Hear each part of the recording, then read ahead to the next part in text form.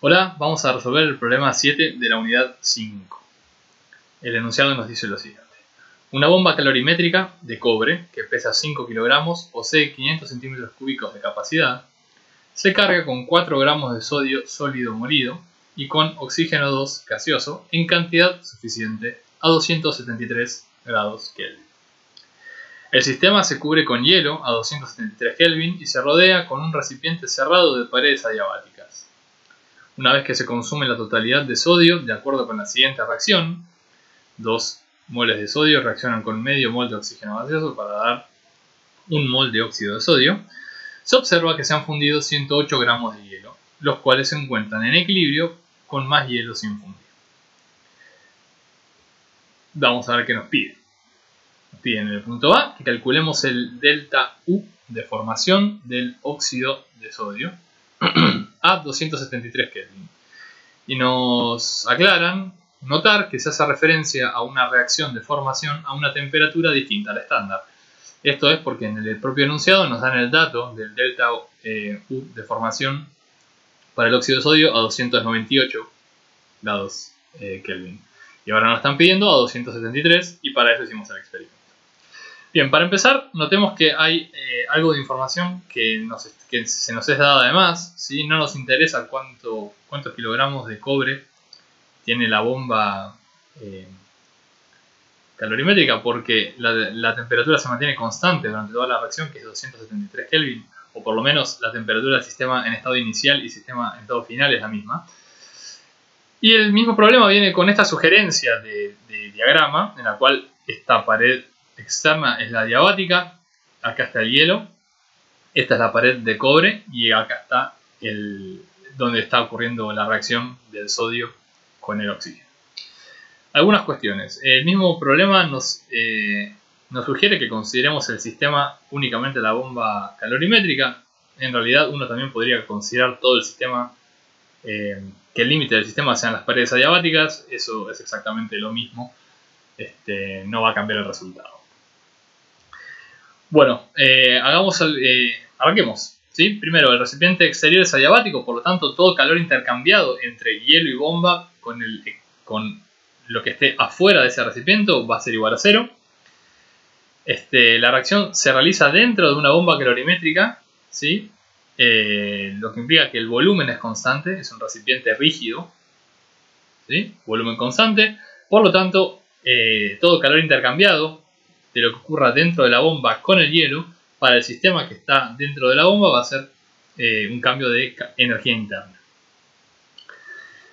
Y la fusión del hielo, ¿sí? Que son esos 108 gramos de hielo que se derriten, de vuelta, al ser un cambio de fase y que ambas fases sean de fase condensada, puede ser tratado tanto como un delta U como un delta H, ya que nosotros vimos que para fases condensadas los cambios de energía interna y los cambios de fase de los delta U y los delta H, cambio de energía interna y el cambio de entalpía, pueden aproximarse por iguales, ¿de acuerdo? Y como no hay información acerca de en qué condiciones está el hielo, ¿sí? Simplemente dice que es un recipiente cerrado, pero no dice si es un recipiente cerrado de paredes rígidas o esa presión constante. Nada, nosotros vamos a usar por conveniencia, porque ya tenemos el delta H de fusión del hielo y no nos interesa mucho, ya que, como dijimos recién, es equivalente al delta U en este caso, ¿de acuerdo? Entonces, la reacción que ocurre es la que nos dice el enunciado, ¿sí? Notar que nos hablan de cantidad de sodio, que son 4 gramos, con la masa molar del sodio podemos transformarlo al número de moles, y el oxígeno 2 está en cantidades suficientes, ¿sí? ¿Qué quiere decir cantidades suficientes? Que hay suficiente oxígeno para que reaccione todo el sodio sin que sobre nada, o sea, son cantidades estequiométricas. Esto es muy importante reconocerlo del enunciado, ¿sí? Que el oxígeno 2 esté en cantidades suficientes quiere decir que hay lo suficiente para que reaccione todo el sodio que puse, que va a ser mi reactivo limitante, y no va a sobrar nada. Quiere decir que está puesto en cantidades estequiométricas con el sodio. Si esto ocurre de esta manera y suponiendo un rendimiento del 100%, fíjense que la relación estequiométrica entre el sodio y el óxido de sodio es 2:1, por lo tanto la cantidad de moles de óxido de sodio que se obtienen es 0,087, o sea, la mitad de los moles de sodio. ¿sí? Porque dentro de este óxido hay 2:1 en relación al oxígeno y hay 2 unidades de sodio en relación a átomos de sodio. ¿Ok?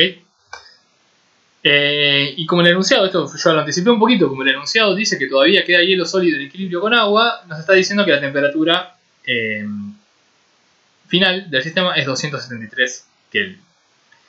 Es por esto que a nosotros no nos va a interesar si el calorímetro absorbe o no absorbe energía, porque la temperatura inicial y la temperatura final es la misma, y si tuviésemos que considerar algún calor asociado a energía que haya absorbido el calorímetro, fíjense que CK por delta T, si el delta T es igual a 0, da 0. O sea que como esta reacción ocurre toda a 273 grados, el calorímetro no absorbe ni entrega energía al sistema.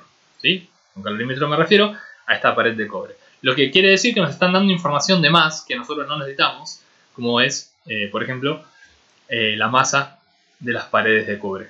¿Sí?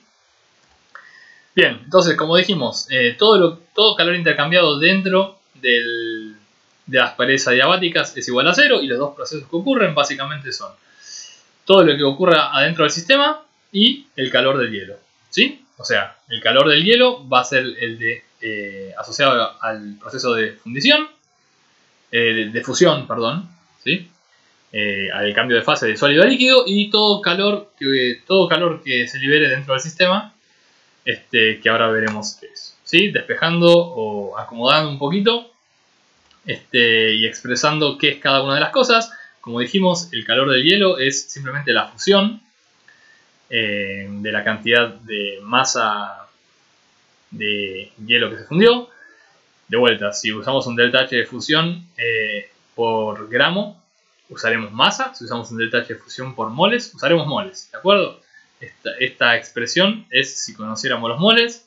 La relación entre moles y masa la sacamos de la tabla periódica con la masa molar. Y lo que ocurre dentro del sistema, como no sobra nada de oxígeno, lo único que ocurre es la reacción a 273 Kelvin. Por lo tanto, lo que está ocurriendo es, podemos expresarlo como el delta U de formación del óxido de sodio multiplicado por el número de moles de óxido de sodio que se forman, ¿sí? Que esto es lo que vamos a calcular. Recuerden que es delta U porque la bomba calorimétrica sí está ocurriendo a volumen constante, el proceso que ocurre acá. ¿De acuerdo? Que es en definitiva los que nos terminan pidiendo, ¿no? Nosotros nos están preguntando cuánto vale esto. Fíjense que los moles de óxido de sodio ya los calculamos, están acá. El delta H de fusión del agua lo hemos utilizado en otros problemas, es 6,008 kilojoules por mol, multiplicado por la masa de agua dividido el mR del agua, ¿de acuerdo? Entonces, si yo paso dividiendo moles de óxido de sodio, que es esto que está acá, obtengo el valor que me pedí el enunciado, que es menos 414,35 kilojoules por mol. Es un delta U negativo, por lo tanto está siendo liberada esta energía, lo que es consistente con que el hielo se derrite. ¿Sí? El sistema está liberando esta energía. Bien, ahora nos piden que calculemos el delta H de formación del óxido de sodio a 273, suponiendo que el oxígeno se comporta como un gas ideal. Fíjense que ahora, cuando nosotros ya obtuvimos el delta U de formación molar, ya no nos interesa más el experimento y podemos hacer los cálculos justamente con las cosas estequiométricas, ¿sí? Recordemos que el delta H tiene una relación con delta U más un término de delta T por B, suponiendo gases ideales, que lo tenemos que suponer para el oxígeno, y ya el mismo enunciado nos lo sugiere.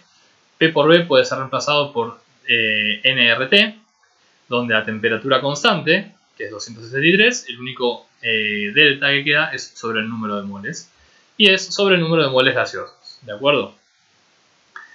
Reemplazando con los valores que tenemos, fíjense que el delta U es el valor que acabamos de calcular, el delta N de gas es el estequiométrico, ¿sí? Porque estamos calculando todo por mol, ¿sí? Así que el valor estequiométrico es el cambio de número de moles gaseosos, se consumen medio mol gaseoso. R, ojo con las unidades, acá no va 0,082, sino que va 8,314 joules sobre Kelvin mol.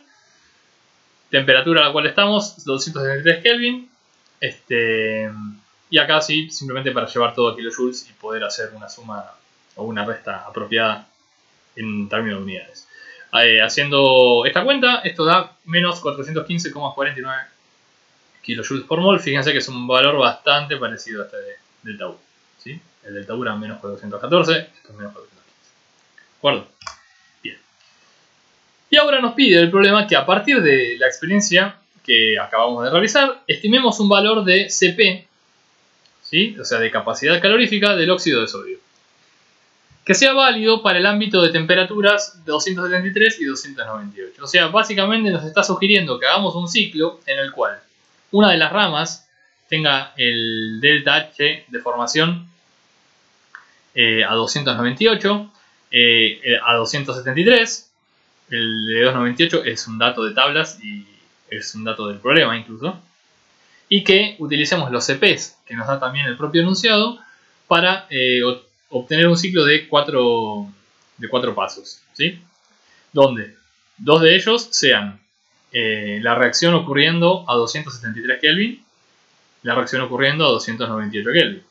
Ambos valores los tenemos. El delta H de formación del óxido de sodio a 273 es el que acabamos de calcular, a 298 es el que es dato. Y tenemos la rama que vincula los reactivos para llevarlos de 273 a 298 Kelvin, con lo cual necesito el Cp del sodio sólido y el Cp del oxígeno, obviamente corregido cada uno por los coeficientes estequiométricos, y es el mismo delta T, ¿sí? Es 298 menos 273. Y la otra rama es la de calentar el óxido de sodio desde 273 hasta 298, donde lo que necesito para este caso es el Cp del óxido de sodio, que es justamente lo que me están pidiendo en este problema, ¿sí? Que obtenga un valor estimado del Cp del óxido de sodio. Fíjense que en este caso yo decidí hacer que los dos caminos que se junten sean estos, pero en realidad uno podría haber planteado este camino a la inversa y esto iría con un menos. Aparecería un menos acá justamente porque este delta T se invierte, así que esta es una de las opciones de ciclo que se pueden crear. Lo que importa es que obtengan una relación como esta, ¿sí? Este que está acá es el paso que está acá, más el calor 2, ¿sí? O sea, este camino más este camino, es esto que está de este lado, es igual a al delta H1, ¿sí? O sea, del paso 1, más el delta H del paso 2. ¿De acuerdo? O sea, de este lado tenemos la rama esta, tac, tac, y de este lado tenemos la rama esta, tac, tac. ¿De acuerdo?